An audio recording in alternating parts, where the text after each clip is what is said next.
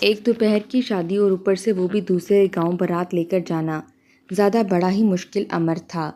صبح سویرے ہی اماں نے مجھے جگا دیا، کہنے لگی جلدی جاؤ اور نائی کے پاس جا کر اپنی حجامت بنا کر آ جاؤ۔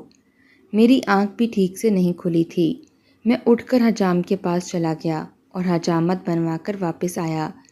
اماں نے مجھے سفید کلف والا جوڑا پہننے کے لیے دیا تھا کیونکہ آج میری بارات تھی جو دوسرے گاؤں جانی تھی۔ صبح 9 بجے کا وقت تھا جب سب باراتی میرے گھر پہنچ گئے۔ اماں نے سب کو پراٹھوں کا ناشتہ کھلایا تھا۔ دوپہر کا کھانا وہیں دوسرے گاؤں میں دلہن کے گھر کھایا جانا تھا۔ میں تو سفر کا سوچ کر ہی گھبرانے لگا تھا کیونکہ اس بس کا سفر مجھے کوفت میں مبتلا کر دیتا تھا۔ بہرحال گھر سے میری بارات نکل گئی تھی۔ میری بارات دوسرے گاؤں جا رہی تھی۔ دل میں بڑی بے چینی تھی کیونکہ میں نے اب تک اپنی ہونے والی بیوی کو دیکھا نہیں تھا۔ ہمارے گاؤں میں یہی رواج تھا، دولہا اپنی بیوی کو اسی وقت دیکھتا تھا جب رخصت کر کے اپنے گھر لے آتا تھا۔ میں دیکھنے میں بہت ہی خوبرو قسم کا نوجوان تھا اور اس لیے خواہش تھی کہ بیوی بھی ایسی ہی ہو، لیکن پتہ نہیں اماں میرا رشتہ کس کے ساتھ کر کے آ گئی تھی۔ میں گھر میں سب سے بڑا تھا، باقی بہن بھائی چھوٹے تھے۔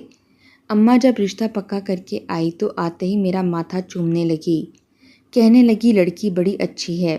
میں دل ہی دل میں اس بات کا خواہش مند تھا کہ میری والدہ اس کی تعریف کریں، یہ بتائیں کہ وہ رنگ و روپ کی کیسی ہے، اس کے نین نقش کیسے ہیں، لیکن میری والدہ کی تعریفیں ہی کچھ اور تھیں۔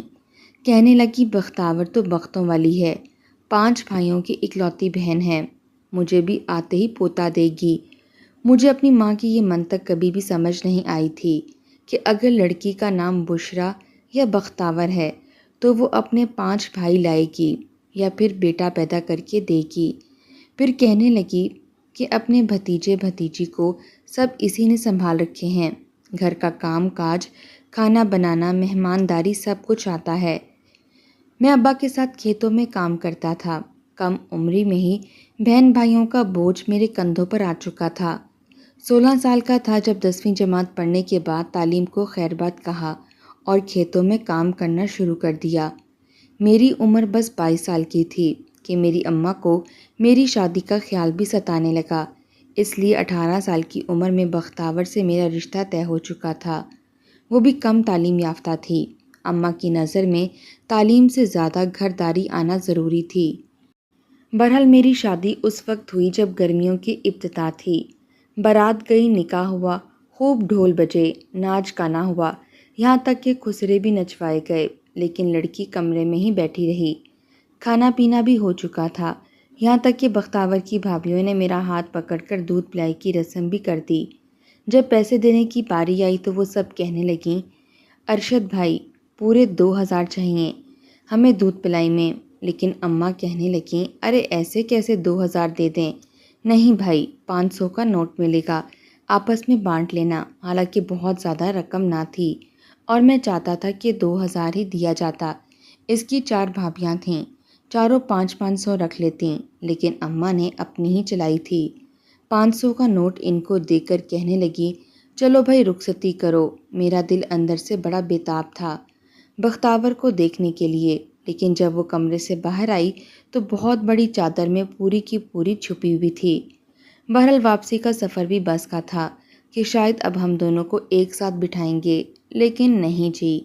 میری اماں کہتی تھی کہ شرم و حیا بھی کوئی چیز ہوتی ہے۔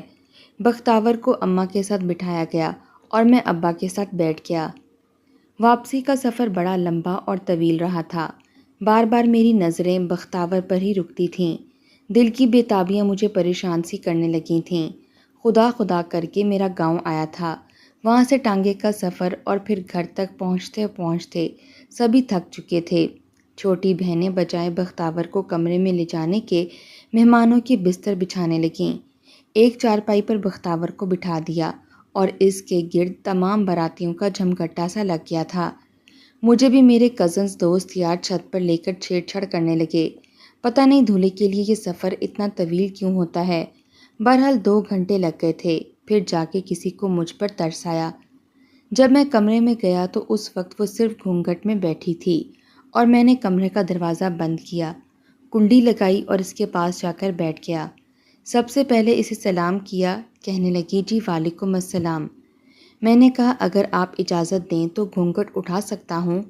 میری اس بات پر اس نے ہاں میں سر ہلایا تھا۔ جیسے ہی میں نے گھونگھٹ پلٹا میرے ہوش اڑ کر رہ گئے تھے۔ بختاور بہت خوبصورت تھی، میری سوچ سے بھی بڑھ کر۔ برحال مجھے جو فکر ستائے جا رہی تھی کہ لڑکی نہ جانے کیسی ہوگی کیسی نہیں، اب میں بڑا مطمئن تھا۔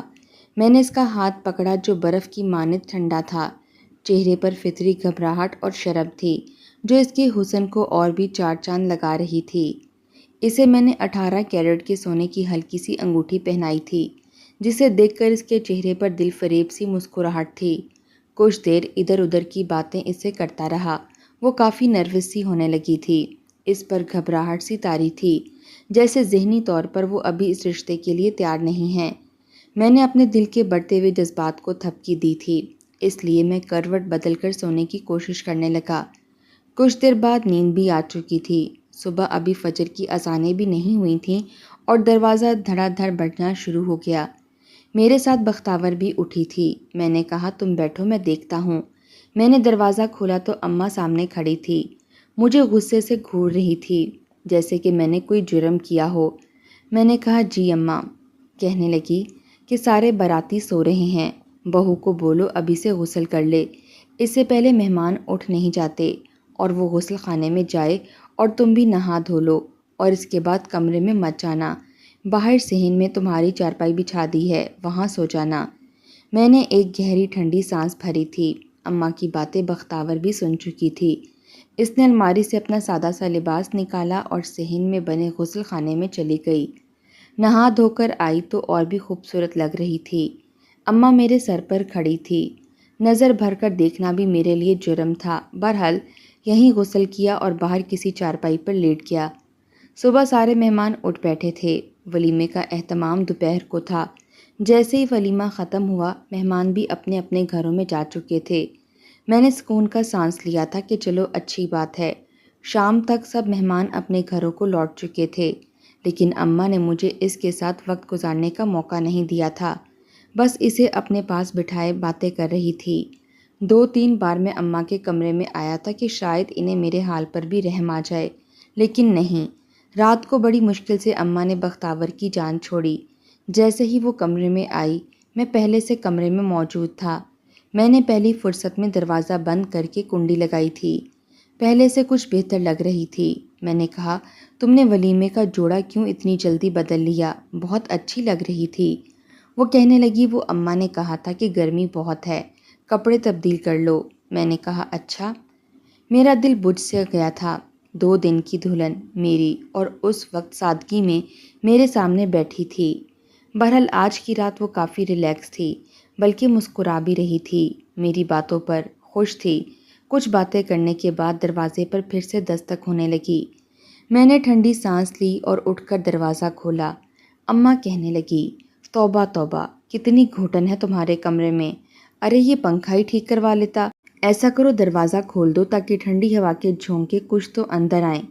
بختاور تو بری طرح سے کملائی لگ رہی ہے، دیکھو کیسی بچی کو پسینہ آیا ہوا ہے۔ یہ کہتے ہوئے اماں کمرے کے اندر آ گئی۔ میں ان کی شکل ہی دیکھتا رہ گیا تھا۔ انہوں نے اپنے دوپٹے سے بختاور کا پسینہ صاف کرنا شروع کر دیا، پھر اس کا ہاتھ پکڑا اور کہنے لگیں توبہ توبہ، کیسے بیٹھی ہو اتنی تم گھٹن میں، چلو باہر آؤ، میں نے تم دونوں کی چارپائیاں باہر بچھا دی ہیں، ٹھنڈی ٹھنڈی ہوا چل رہی ہے، باہر آ کر سو جاؤ، سکون سے نیند آئے گی۔ میں تو اماں کو دیکھتا ہی رہ گیا، بھلا یہ بھی کوئی بات تھی؟ ایسی بھی کون سی عذاب کی گرمی شروع ہو گئی تھی؟ اماں نے بختاور کی چارپائی اپنی چارپائی کے بالکل برابر بچھا رکھی تھی اور میری چارپائی ابا کے برابر میں بچھی تھی۔ میرے ساتھ بہن بھائیوں کی چارپائیاں بھی بچھی ہوئی تھیں۔ مجھے سمجھ نہیں آ رہی تھی کہ اماں نے میری شادی کروائی کیوں تھی۔ دل جلاتے ہوئے بڑی مشکل سے مجھے نیند آئی تھی، بلکہ نیند کیا آئی تھی، آدھی رات تو میں نے تارے دیکھ کر اور گن کر ہی گزاری تھی۔ صبح صبح سورج نے پریشان کیا تو میں اٹھ بیٹھا۔ اس وقت بیگم کمرے میں جا چکی تھی، سب لوگ سو رہے تھے۔ میں نے کہا اچھا ہے، میں بھی کمرے میں آ گیا، لیکن پتہ نہیں میری ماں کو کیسے پتہ چل جاتا تھا کہ مجھے کمرے میں جانا ہے۔ میرا بھی ایک قدم کمرے کے اندر تھا اور دوسرا باہر، جب اماں کی پکار پر مجھے رکنا پڑا۔ کہنے لگیں ارشد تمہارے ابا کہہ رہے تھے کہ آج ان کی طبیعت کچھ سست ہے، اس لیے آج کھیت میں جانے کی تم تیاری کر لو۔ اور ساتھ ہی بختاور کو بھی آواز دینے لگیں، کہنے لگیں دیکھو بیٹا، میرے سارے بچے چھوٹے چھوٹے ہیں اور بیٹیاں تو اپنی تینوں بھائیوں سے بھی چھوٹی ہیں، میں خود بھی بیمار رہتی ہوں، اس لیے یہ 15 دن بستر پر بٹھا کر کھلانے پلانے کا نخرہ میں نہیں اٹھا سکتی۔ یہ گھر تمہارا ہے، ایسا کرو میرے ساتھ لگ جاؤ، ناشتہ ذرا جلدی بن جائے گا۔ میں خاموشی سے بیٹھا سب دیکھ رہا تھا۔ اس نے سب کے لیے پراٹھے بنائے، پسینے سے شرابور تھی۔ مجھے غصہ آنے لگا، اماں کو اب نہیں نظر آ رہا تھا اس کو کتنا پسینہ آ رہا ہے؟ اب تو کام کروا رہی ہیں، اور رات کو اماں کو بڑی فکر سی ہو رہی تھی۔ اوپر سے سورج چمک رہا تھا، نیچے لکڑیوں پر وہ سب کے لیے پراٹھے بنا رہی تھی۔ مجھ سے چھوٹے 2 بھائی تھے لیکن پڑھ رہے تھے، بہنیں بھی گاؤں کے گورنمنٹ اسکول میں جاتی تھیں۔ سب نے ناشتہ کیا اور اپنے اپنے اسکولوں کی طرف چلے گئے، اور میں بھی کھیتوں میں چلا گیا۔ پورا دن بے دلی سے ہی میں نے کام کیا تھا۔ شام کو گھر آیا تو بختاور کھانا بنا چکی تھی۔ مجھے دیکھتے ہی پوچھنے لگی کہ آپ کے لیے شربت لے کر آؤں؟ میں نے کہا ہاں ایسا کرو کمرے میں لے آؤ۔ میں جا کر کمرے میں بیٹھ گیا۔ جیسے ہی وہ شربت لے کر کمرے میں آئی، ٹھنڈا شربت پی کر مجھے کچھ سکون سا ملا تھا۔ اس سے پہلے کہ وہ باہر جاتی میں نے اس کا ہاتھ پکڑا اور اسے اپنے پاس بٹھا لیا۔ مجھے دیکھ کر وہ نظریں جھکا گئی تھی۔ میں نے کہا دیکھو، آج کوئی بہانہ نہیں سنوں گا، تم کھانا وانا جلدی بنا لینا اور کمرے میں جلدی آ جانا۔ میری بات سن کر وہ کمرے سے باہر نکل گئی۔ میں نے اپنے کپڑے نکال لیے اور نہانے کے لیے چلا گیا اور فریش ہو گیا تھا۔ کچھ ہی دیر میں کھانا بھی تیار ہو کر دسترخوان پر لگ چکا تھا۔ کھانا کھاتے ہی وہ بھی خاموشی سے کمرے میں چلی گئی۔ سب باتوں میں مصروف تھے، ابھی سب صحن میں بیٹھے تھے کہ میں اپنے کمرے میں چلا گیا۔ میں نے دروازہ بند کیا اور بختاور کے پاس جا کر بیٹھ گیا، لیکن اس وقت وہ بالکل سادگی میں تھی۔ میں نے کہا ایسا کرو، تھوڑا سا تیار ہو جاؤ۔ پھر میں نے اپنی جیب سے 2 پھولوں کے گجرے نکال کر اس کو دیے، جسے دیکھ کر اس کے چہرے پر وہی پہلے دن والی دل فریب مسکراہٹ چھا گئی تھی۔ میں نے اپنے ہاتھوں سے اس کے ہاتھوں میں گجرے پہنائے تھے، اس کے ماتھے پر بوسہ دیا۔ اس سے پہلے کہ ہم اپنی بے خودی میں کچھ آگے بڑھتے، کمرے کا دروازہ پھر سے کھٹکا تھا۔ میرا غصے سے برا حال تھا۔ بختاور فوراً سے مجھ سے پیچھے ہٹی، کہنے لگی میں دیکھتی ہوں۔ میں نے اس کا ہاتھ پکڑا، میں نے کہا کوئی ضرورت نہیں ہے دیکھنے کی۔ تو وہ کہنے لگی بری بات ہے ارشد، سب لوگ باہر بیٹھے ہیں، کیا سوچیں گے؟ میں نے کہا شادی کرنے سے پہلے نہیں سوچتے، کیا سمجھتے ہیں یہ لوگ؟ شادی کے بعد شوہر بیوی کے کمرے میں کیوں جاتا ہے؟ کیا ابا اماں نے بچے پیدا نہیں کیے؟ انہیں نہیں پتہ؟ عجیب مصیبت ہے۔ غصے سے میرے ماتھے پر بل چڑھے تھے۔ میں نے اس کو چھوڑ دیا۔ میں نے کہا جاؤ جا کر دیکھو کون ہے۔ غصے سے بیڈ پر بیٹھ گیا۔ دروازہ کھولا تو اماں بڑے غصے سے کمر پر ہاتھ رکھے کبھی بختاور کو گھور رہی تھی اور کبھی مجھے۔ پھر اندر آئیں، دروازہ بند کیا، کہنے لگیں بیٹھو تم دونوں ادھر، مجھے تم دونوں سے بات کرنی ہے۔ میں سمجھ گیا تھا کہ اب ہمیں کوئی نہ کوئی طعنہ دیں گی۔ میں نے کہا جی اماں۔ کہنے لگیں تم لوگوں نے کیا شرم بیچ کھائی ہے، یا دنیا میں صرف ایک تم ہی میاں بیوی بنے ہو؟ ارے میں کہتی ہوں جوان بھائی گھر پر ہیں اور تم کھانا کھاتے ہی بیوی کو کمرے میں لے کر گھس گئے۔ ارے کچھ تو حیا کرو، سب کی نظریں تمہارے کمرے کی طرف ہیں، کتنی شرم کی بات ہے۔ ارے جب سب سو جایا کریں تب کمرے میں جایا کرو۔ توبہ توبہ، آج کل کی نئی نسل ہماری تو عزت خراب کرتی ہے۔ ایک ہم لوگ تھے، سب کے سو جانے کا انتظار کرتے تھے اور سب کے اٹھنے سے پہلے نہا دھو کر یوں بیٹھ جاتے تھے جیسے کچھ ہوا ہی نہیں۔ میں نے دل میں سوچا سب کیا اندھے تھے یا سب کو پتہ نہیں تھا کہ میاں بیوی کا رشتہ کیا ہوتا ہے؟ بچے یوں ہی تو پیدا نہیں ہو جاتے، لیکن بہرحال میں اماں کو سمجھا نہیں سکتا تھا۔ بختاور نظر جھکائے سب سن رہی تھی، کہنے لگی چلو وہ تو مرد ہے، نئی نئی شادی ہے، اس سے تو اپنے جذبات قابو میں رکھنے مشکل ہو رہے ہوں گے، لیکن تم تو لڑکی ہو، لڑکیوں میں تو شرم زیادہ ہوتی ہے۔ یہ کیا، تم بھی کمرے میں جا کر گھس کر بیٹھ گئی؟ ارے میرے پاس بیٹھی رہتی، مجال ہے کہ ارشد تمہیں میرے سامنے ہاتھ پکڑ کر اندر لے جاتا۔ خبردار جو تم میرے پوچھے بغیر کمرے میں گئی تو۔ چلو باہر آؤ، سب کے لیے چائے بناؤ۔ توبہ توبہ، شرم حیا ہی بیچ کھائی ہے دونوں نے۔ یہ کہہ کر اماں باہر چلی گئی۔ بختاور کی آنکھوں میں موٹے موٹے آنسو آ گئے۔ وہ کہنے لگی آئندہ مجھے کبھی مت بلائیے گا کمرے میں، مجھے کیا پتا کہ یوں نہیں جانا چاہیے، میں نے تو آپ کی بات مان کر غلطی کر لی۔ میں نے کہا ہاں تم جاؤ، اماں کے پاس جا کر بیٹھو۔ مجھے نہیں پتا کہ کب اس نے چائے بنائی، سب کو پلائی، کب سب کی چارپائیاں بچھیں اور وہ اماں کے برابر والی چارپائی پر سوئی۔ میں غصے سے کمرے میں لیٹا رہا، 2 گھنٹے تک اس کا انتظار کرتا رہا۔ جب باہر خاموشی چھا گئی تو میں خاموشی سے کمرے سے باہر آ کر اس کے پاس چلا گیا۔ اس کو ہلکا سا ہلایا، لیکن گہری نیند میں تھی۔ میں نے اس کے کان کے پاس جا کر کہا، بختاور اٹھو نا یار۔ میرا یہ کہنا تھا کہ ایک دم سے اس نے آنکھیں کھولی تھیں۔ اندھیرے میں شاید اسے لگا کہ چور آ گیا ہے۔ اس سے پہلے کہ وہ چلا دیتی، میں نے اس کے منہ پر ہاتھ رکھ دیا۔ میں نے کہا، میں تمہارا شوہر ارشد ہوں، چلو اٹھو کمرے میں آؤ۔ وہ اٹھ کر بیٹھ گئی۔ میں نے اس کا ہاتھ پکڑا اور اسے اپنے کمرے میں لے آیا۔ دروازہ بند کیا اور پرسکون سانس لی۔ اسے میں نے بیڈ پر بٹھایا تھا اور پھر اسے کہنے لگا کہ دیکھو، میں تمہیں یہ نہیں کہتا کہ تم اماں کی نافرمانی کرو، لیکن پلیز میرا بھی خیال کیا کرو۔ کہنے لگی، میرا کیا قصور ہے؟ اماں کی نظر ہر وقت مجھ پر رہتی ہے۔ جب آپ آتے ہیں تو ان کے ماتھے پر بل پڑ جاتے ہیں۔ پتہ نہیں کیوں کر رہی ہیں وہ یہ سب، لیکن مجھے لگتا ہے جیسے اماں ہماری شادی سے خوش نہیں ہوئیں۔ آپ کو پتہ ہے مجھ سے کیا کہہ رہی تھیں؟ میں نے کہا، کیا کہہ رہی تھیں؟ کہنے لگی، کہہ رہی تھی کہ کوئی ضرورت نہیں ہے بچہ جلدی پیدا کرنے کی۔ ارے ابھی تو انہی کے خرچے پورے نہیں ہو رہے، اس لیے ارشد سے زیادہ دور دور رہا کرو۔ مرد کا کیا ہے، مرد کو تو بس ایک ہی کام آتا ہے، بچے پیدا کرنا۔ ارے انہیں پالنا سنبھالنا، کھلانا پلانا بھی تو ہوتا ہے۔ بختاور کی بات سن کر مجھے اماں کی باتوں پر افسوس ہونے لگا تھا۔ شرم انہیں کرنی چاہیے تھی۔ میں نے کہا، تم چھوڑو اماں کی باتوں کو۔ شادی کے 5 روز بعد جا کر ہمیں ایک دوسرے کا ساتھ نصیب ہوا تھا۔ بختاور جلدی سے کمرے سے باہر نکل گئی، اماں کے برابر والی چارپائی پر جا کر سو گئی۔ وقت گزرنے لگا تھا، گرمیوں کی راتیں تھیں۔ جیسے جیسے گرمی کی شدت پڑنے لگی تھی، رات کو حبس ہونے لگتا۔ کولر بس ایک ہی تھا جو صحن میں لگایا گیا تھا۔ 6 مہینے بعد جب موسم سرما شروع ہوا تو ہم نے شکر کیا تھا۔ زندگی کے شروع کے سال بس ایسے ہی شرما شرمی میں گزر گئے۔ شادی کے 3 سال بعد جب اماں نے خود سے کہنا شروع کیا کہ مجھے پوتے یا پوتی کی شکل دکھا دو۔ بہرحال شکر تھا کہ پہلا ہمارا بیٹا ہی پیدا ہوا تھا۔ اماں کہتی تھیں کہ بیٹی پیدا ہوتی تو بوجھ بن جاتی۔ سب لوگ بہت خوش تھے اور میری تو خوشی کی انتہا نہ تھی۔ بختاور کہنے لگی، ہم اپنے بیٹے کو اچھے انگریزی اسکول میں ڈالیں گے۔ میں نے کہا، ہاں میری بھی خواہش ہے کہ میں اپنے بیٹے کو خوب پڑھاؤں، اس کو کسان نہیں بناؤں گا، نہ ہی ڈھیر سارے بچے پیدا کر کے ذمہ داری اس پر ڈالوں گا۔ ہم دونوں کی باتوں میں بس حسن ہی رہنے لگا تھا۔ حسن نے یہ کھانا ہے، حسن نے وہ پہننا ہے، اب سو رہا ہے اس لیے کمرے میں خاموشی ہونی چاہیے، لائٹ بند ہونی چاہیے۔ جب وہ پوری رات روتا تھا تو کبھی میں اسے گود میں لے کر ٹہلتا رہتا تو کبھی بختاور۔ وہ 5 سال کا ہو گیا تھا، لیکن اس کے بعد 1000 کوشش کے باوجود بھی ہماری اگلی اولاد نہ ہوئی، اس لیے ہماری ساری توجہ کا مرکز حسن تھا۔ میں نے اسے گاؤں کے انگریزی اسکول میں داخل کروایا تھا جس کی فیس اس وقت 1000 روپیہ تھی، اور اماں سے بہت باتیں بھی سنی تھیں کہ کیا ضرورت ہے اتنے مہنگے اسکول میں ڈالنے کی، ارے جہاں اس کی پھوپھیاں چاچے پڑھے ہیں وہ بھی پڑھ لیتا۔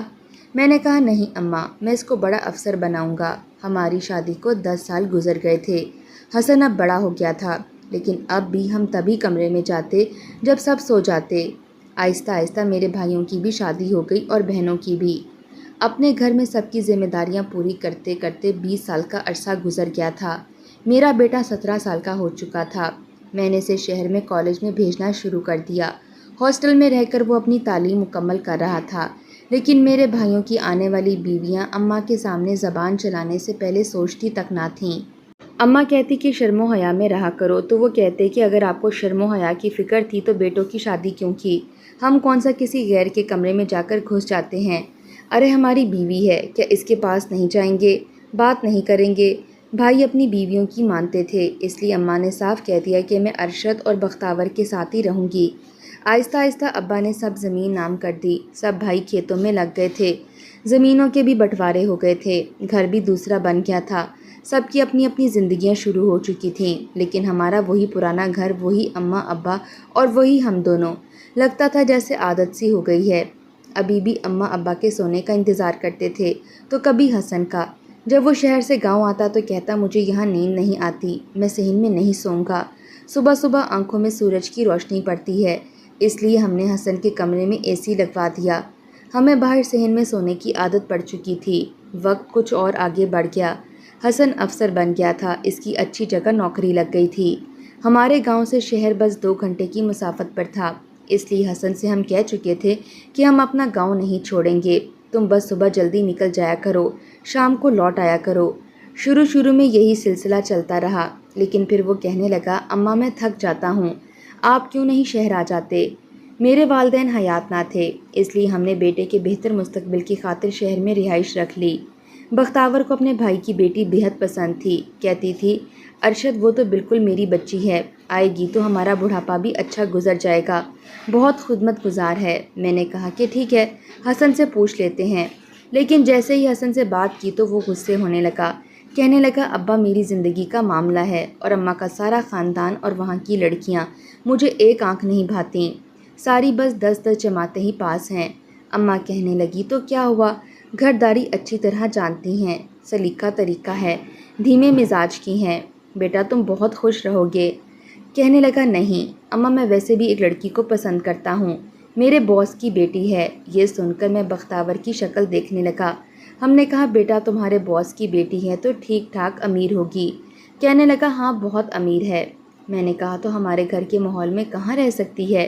وہ کہنے لگا، ابا وہ کیوں یہاں نہیں آئے گی، اور اس کے باپ کا بہت بڑا بنگلہ ہے۔ بختاور کہنے لگی، تو کیا تم گھر داماد بن جاؤ گے؟ تمہیں شرم نہیں آئے گی؟ ارے جانتے ہو، داماد کو کتا کہتے ہیں، کوئی عزت نہیں ہوتی اس کی، ہمیں نہیں کرنا ایسی جگہ رشتہ۔ حسن کہنے لگا، اماں میں فیصلہ کر چکا ہوں۔